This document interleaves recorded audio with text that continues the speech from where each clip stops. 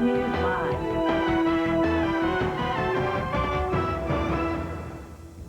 Good evening. It's Thursday, May 2nd, 2002. I'm Courtney Wilson. And I'm Autumn Giles. Tonight our top story, gunshots and flames have erupted near the Church of Nativity in Bethlehem's Manager Square, where dozens of wanted by Israel as suspected terrorists have been held up for nearly a month.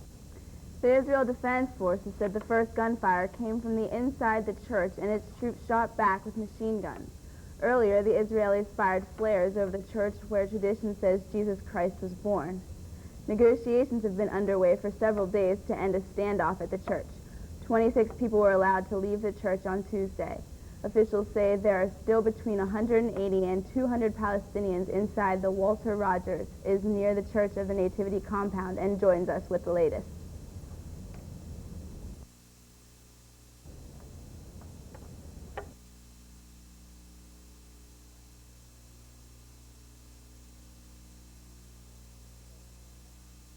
Church of the Nativity, where dozens and dozens of Palestinians remain holed up in a standoff which has now lasted a month.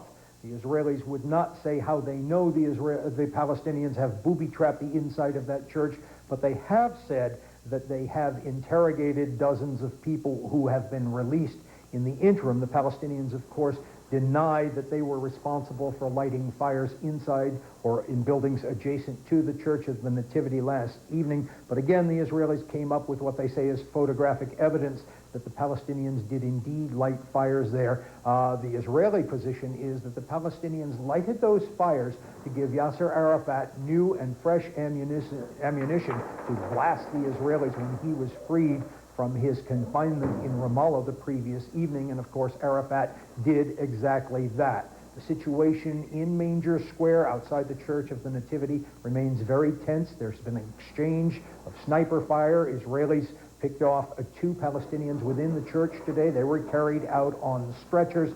The Palestinians were taking pot shots at Israeli soldiers as well. A very bizarre incident there, by the way. A group calling itself the World Solidarity Movement rushed past Israeli guards and made it into the church on their own. At least 10 of them rushed into the Church of the Nativity. They said they were coming in solidarity with the Palestinians inside the church, and they brought them food, and they say they brought them medicine to relieve some of the pressures that the Israelis are putting on the Palestinians inside that church trying to end this siege.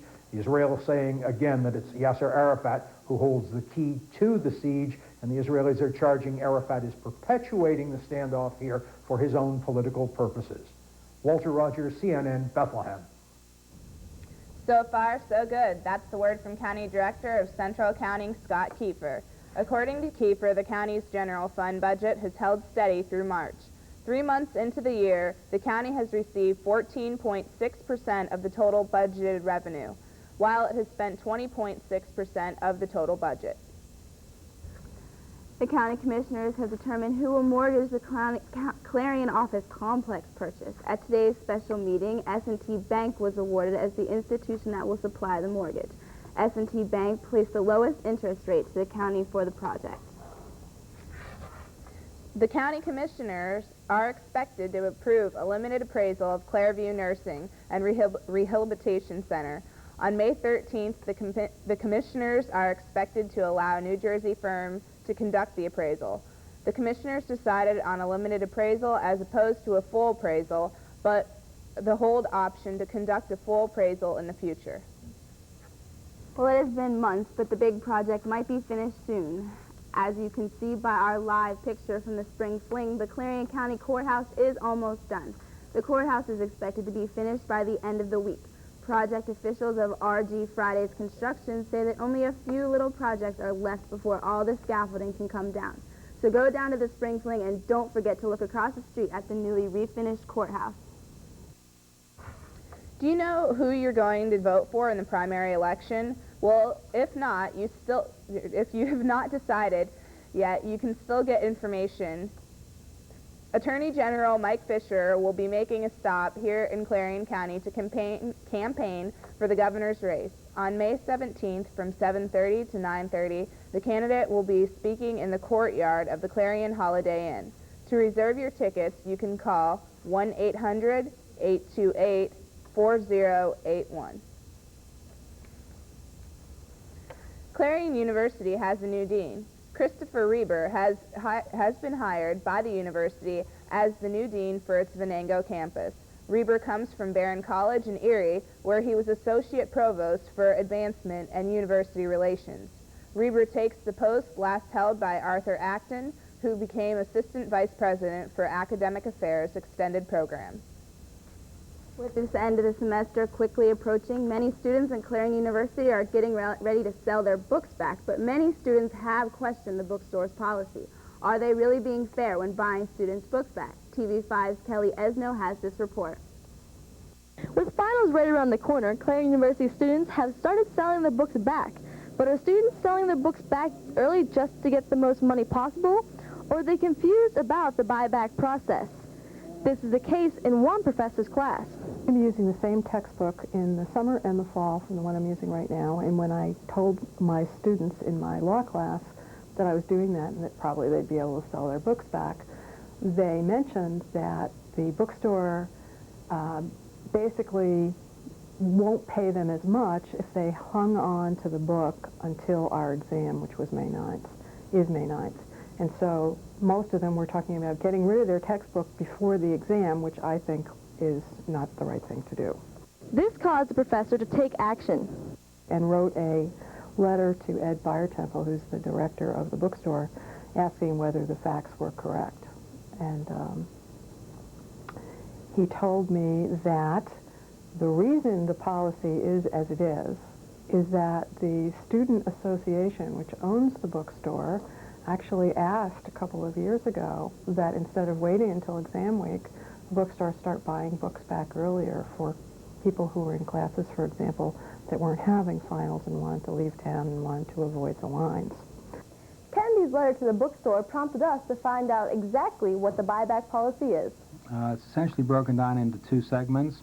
One segment is where we buy books back to be used in the book center for the upcoming semester, and books that are no longer used on campus that can be sent back to a used book holder to be sent to other campuses.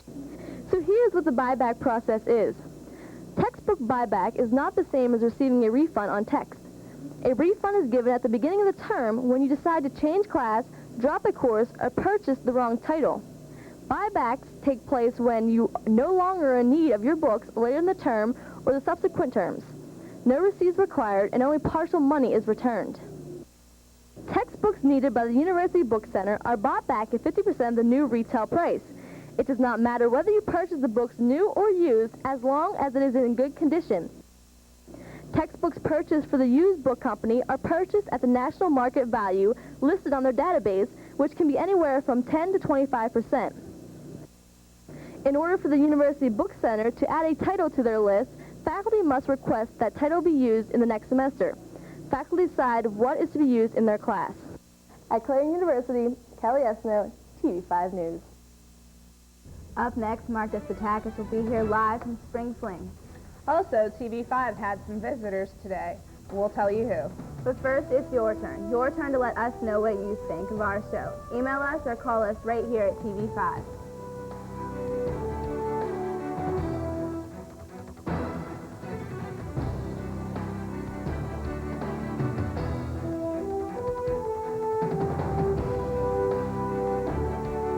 Programming was brought to you by the Clarion Bowl Arena, located on Route 322, 1 mile east of Clarion. Bowl Arena offers rock and bowl every Friday and Saturday night, and a game room with 8 pool tables and arcade games. Bowl Arena also offers bumper bowling for kids' birthdays and league play for adults. Call 764-3471. Again, that's 764-3471. This portion of programming brought to you by Sarah Jane's Deli and Bakery, located 7 miles north of Shippenville on Route 208 next to the Freiburg Bank. Sarah Jane's is the perfect cater for all your special events. From weddings to private gatherings, Sarah Jane's has cakes for any occasion. Call 354-2804 today to book Sarah Jane's or stop by the fresh, delicious deli and baked goods made on location at Sarah Jane's Deli and Bakery. This portion of the programming was made possible through a grant by the Captain Loomis Hotel and Restaurant. The Captain Loomis Hotel and Restaurant is located at 540 Main Street in Clarion and offers dining as well as a nightclub. The restaurant and nightclub are open 7 days a week for your convenience. Call the Captain Loomis Hotel and Restaurant, 226-8400.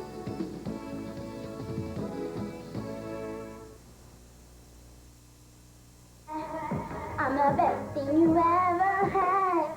Only things I'm guilty of. Giving you too much love. Making you crazy, making you rap. Making me fall, making me suspect. Seem to think I'm playing her game. Don't you know, you never heard this is me. There's a better way to have fun with history. Visit americaslibrary.gov. Log on, play around, learn something. You're watching TV5 with Zeta Tau Alpha.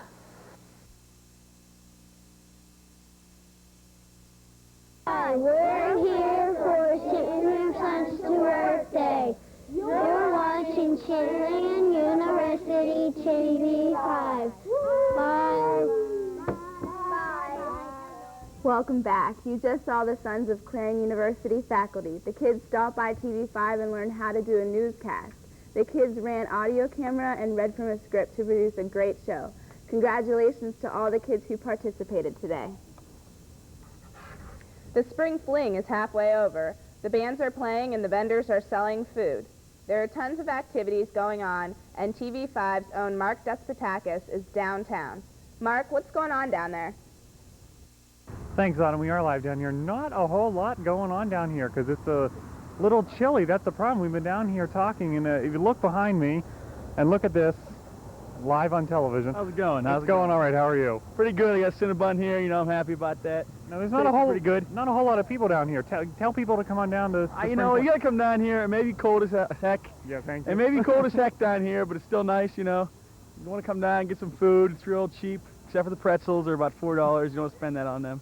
Well, but it's enjoyable anyway. Oh, it's great. Let me tell these guys at home about some of the other things coming up in the week here. Tomorrow night, Glue Monkey will be performing here in the park at 6 p.m. And also, Friday and Saturday is Crafters Day and sidewalk sales all along Main Street, so that's something you have to look forward to. You know, they block off all of Main Street during the Autumn Leaf Festival. It's not quite as involved here, but they definitely do that. But out here, it's a little chilly, a little breezy, but that's okay. It's still fun. Come on out for Spring Fling, get some food. Before we go on our final live shot here, I want to say thanks to a couple people who helped us out. The steak stand here on the corner of Jefferson, Maine have been wonderful in giving us power for our production equipment. And actually, on the screen right now, you're seeing, you know, the Glue Monkey is tomorrow, and the Sidewalk Sales and Crafters Day is Friday and Saturday. But I want to get back on camera here. There you go. There's a steak stand, if you can get that again, Chad. These guys have been wonderful in giving us power and helping with our production equipment. I'm going to sneak out in front of the camera, and I want to also say thanks to S&T Bank for some of their help in our production assistance down here. So that is it for my live reports here from Spring Fling. Come on down. It runs through the weekend. Fireworks for Saturday evening at dusk. There's some pre-fireworks events down here in the park. You definitely want to get down here and enjoy it. Kristen will be in with the weather coming up in just a few minutes. But for now, live at Spring Fling, Mark Despotakis, TV5 News, back to you. Thanks, Mark. Now moving on to national news. Retired Catholic priest Paul Shanley has been arrested on 3 counts of child rape. San Diego police picked up Shanley this morning on a warrant issued in Massachusetts. Shanley worked for decades in the Boston Archdiocese. Even though officials apparently knew about abuse allegations against him, Middlesex, Massachusetts District Attorney Martha Coakley suggested there could be additional charges filed against Shanley involving more alleged victims. A new study finds that 400,000 children are treated in the emergency room each year for traumatic head injuries. Many accidents are due to children riding bikes and scooters, rollerblading, and skateboarding without helmets. According to a study by the National Safe Kids campaign, 3,000 of those children died from their head injuries.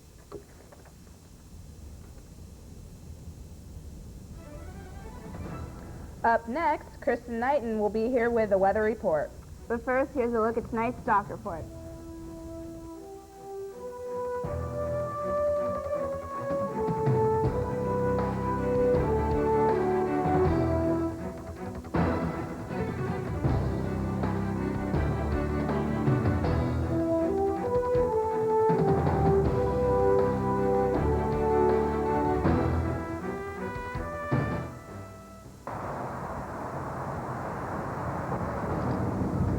portion of programming was brought to you by Uzi's Pastries.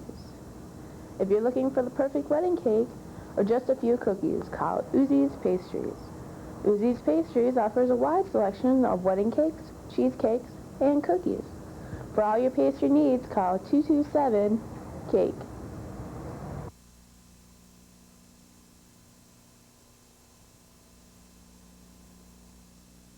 This portion of the programming was made possible through a grant by Fox's Pizza Den. Fox's Pizza Den is located on Old Route 66 in Clarion and offers all-day delivery. Phone 226-5555. That's 226-5555. Fox's Pizza Den is open 7 days a week for your convenience. Phone 226-5555. This portion of programming brought to you by Slugger's Homemade Meats, located 7 miles north of Shippenville on Route 208 next to the Freiburg Bank. Slugger's offers a wide assortment of fresh meats, from ring bologna to stick bologna with hot peppers and American cheese to beef jerky and hot sausage. They have it all. If you are looking for custom cutting and wrapping, smoking and curing deer processing, phone 354-2804 and ask for Slugger. This portion of the program was made possible through a grant from Clarion Hospital. Clarion Hospital is located off of Exit 9 of Interstate 80.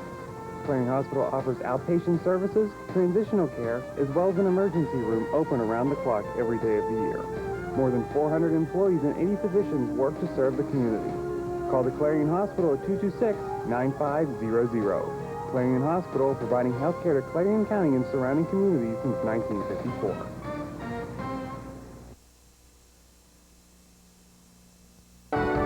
You're watching Clarion's very own TV5 News Live.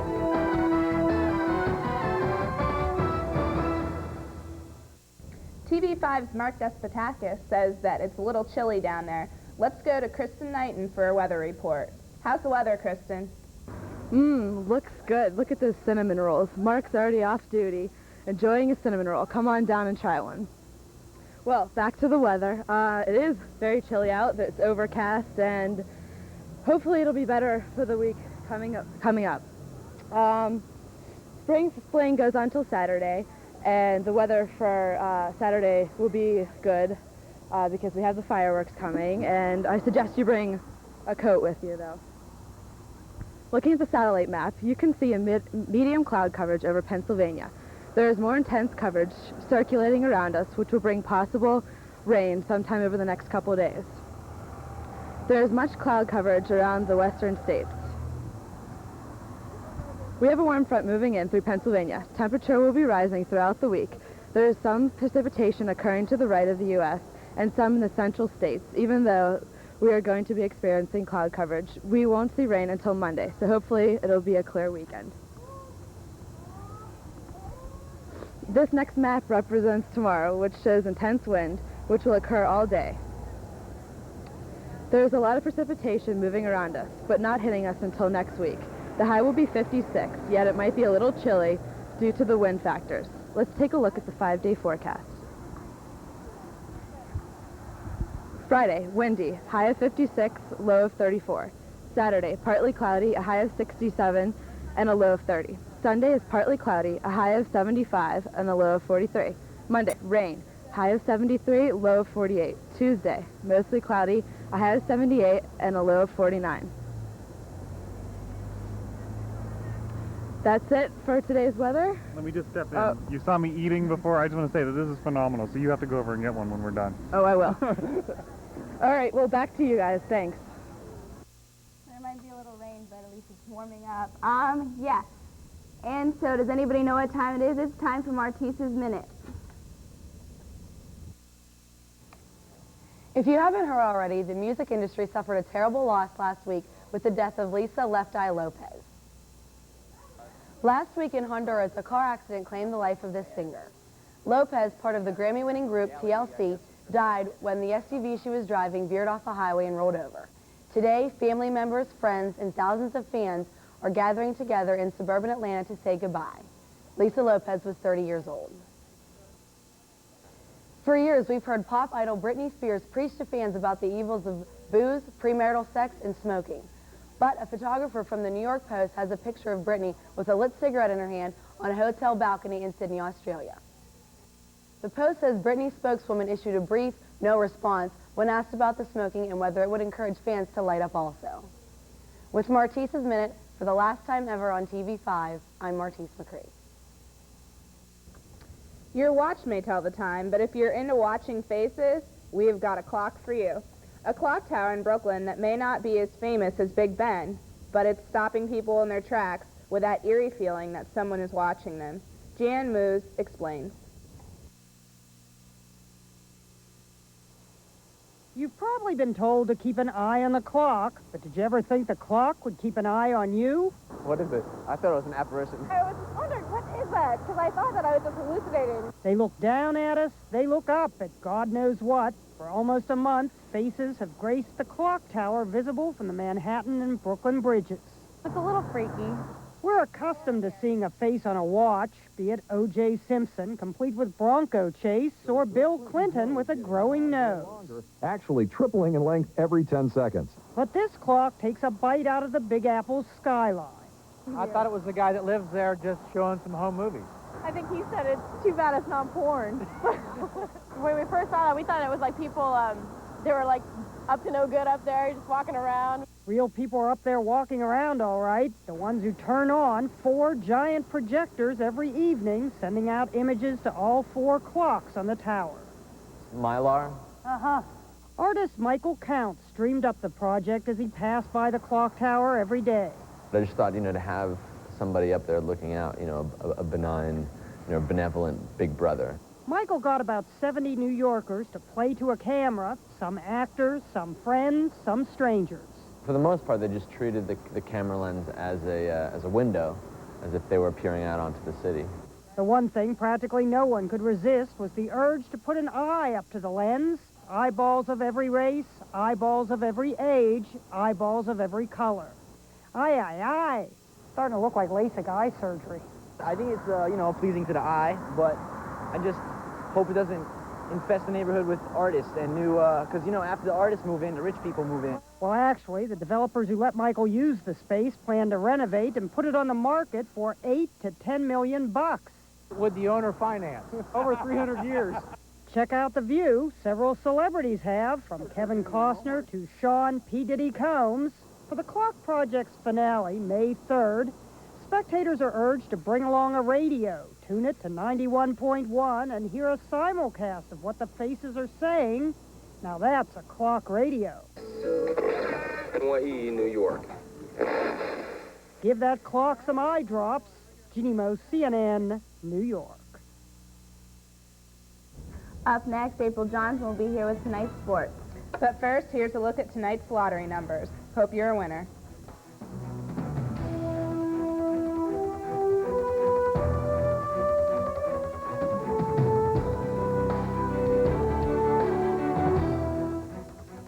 This portion of programming is sponsored by Reese Brothers, located in Drake Square Building in Oil City.